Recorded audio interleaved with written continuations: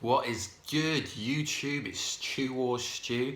This will be my video breakdown for episode 21, the Runaway Dinosaur, season 2 of The Flash. So the last episode ended with Team Flash thinking that Barry was dead and Jesse Quick and Wally West being hit by the Speed Force energy potentially and being knocked the fuck out on the floor. So this episode essentially was based around Barry getting back to the current day and getting out of the dimension that essentially he is in.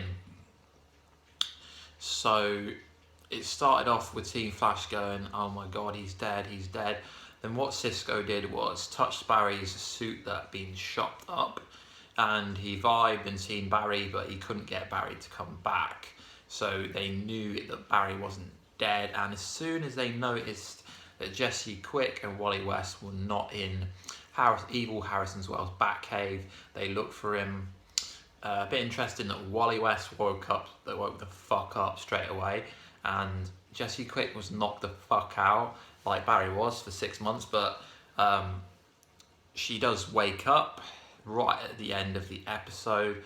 Quite interesting as Barry sparks her hand and she wakes up. So they're probably going to explore some kind of metahuman power potential with Jesse Quick. Possibly there's only 2 episodes left, so probably in season 3. I can't see her being a speedster in this series, as it'd be pointless to have 2 kind of speedsters within one program. And Joe West drops a cup, and he's trying to see if Wally West has got like the speed, like some kind of metahuman power, as he was hit as well. Potentially they both will have some kind of powers in the future, but probably for season 3, as it would be better to kind of portray, they can work with the story, they can bring something new with them to in season 3, and then they're not locked into anything if they're given powers right now. So most of the episode, Barry is stuck in the Speed Force in a different dimension. There's Joe West, Iris West, and his dad, and ironically his mum, but really he's just talking to himself as no one else is there.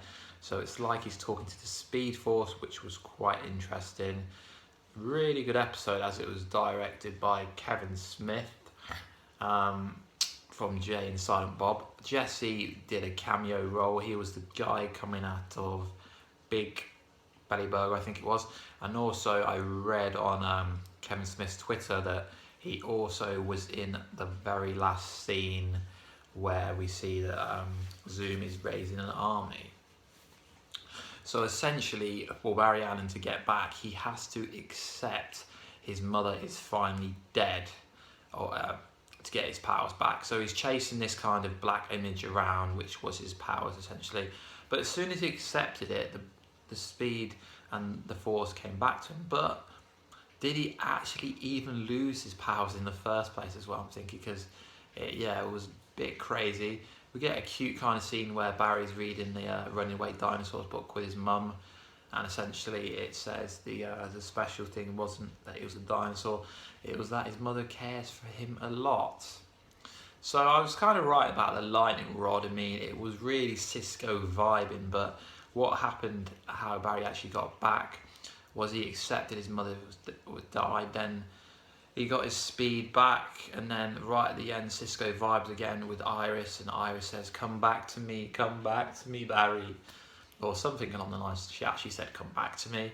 And then Barry came back, and boom, he was in. And then obviously Gerda, who was the metahuman who tried to kill Iris, he was the bully, he got woken up again during the particle accelerator, because obviously he was dead in the morgue. Quite interesting. I didn't even know they had a morgue in Star Lab, so that was something new that they introduced. So essentially when Barry zooped back through, Barry had to use his speed to lure him into the room where Harrison Wells from Earth 2 and Cisco had a device. But essentially what happened is Barry used his speed to create a magnetic force, and then they turned the machine on, and then bye bye Gerda. Quite funny iZombie joke, and he goes, "Oh, is iZombie here?" Kind of Easter egg towards iZombie, as he played Drake in iZombie. But essentially, that is the episode in a nutshell. Really good episode by Kevin Smith. Hopefully, he can direct another one in the future. That'd be cool. So we didn't really see Zoom until the ending, and he says to Caitlin, "You're either with me or against me. But if you're against me, I will show you much remorse as I do the rest of your team." So essentially, he leaves the room and does this powerful speech to all the other. So he's raising the army, as we already know. Katie Cassidy, who played the Black Canary on the Arrow, who they stupidly killed off, has a part in this. So I believe she's playing Diana Lance.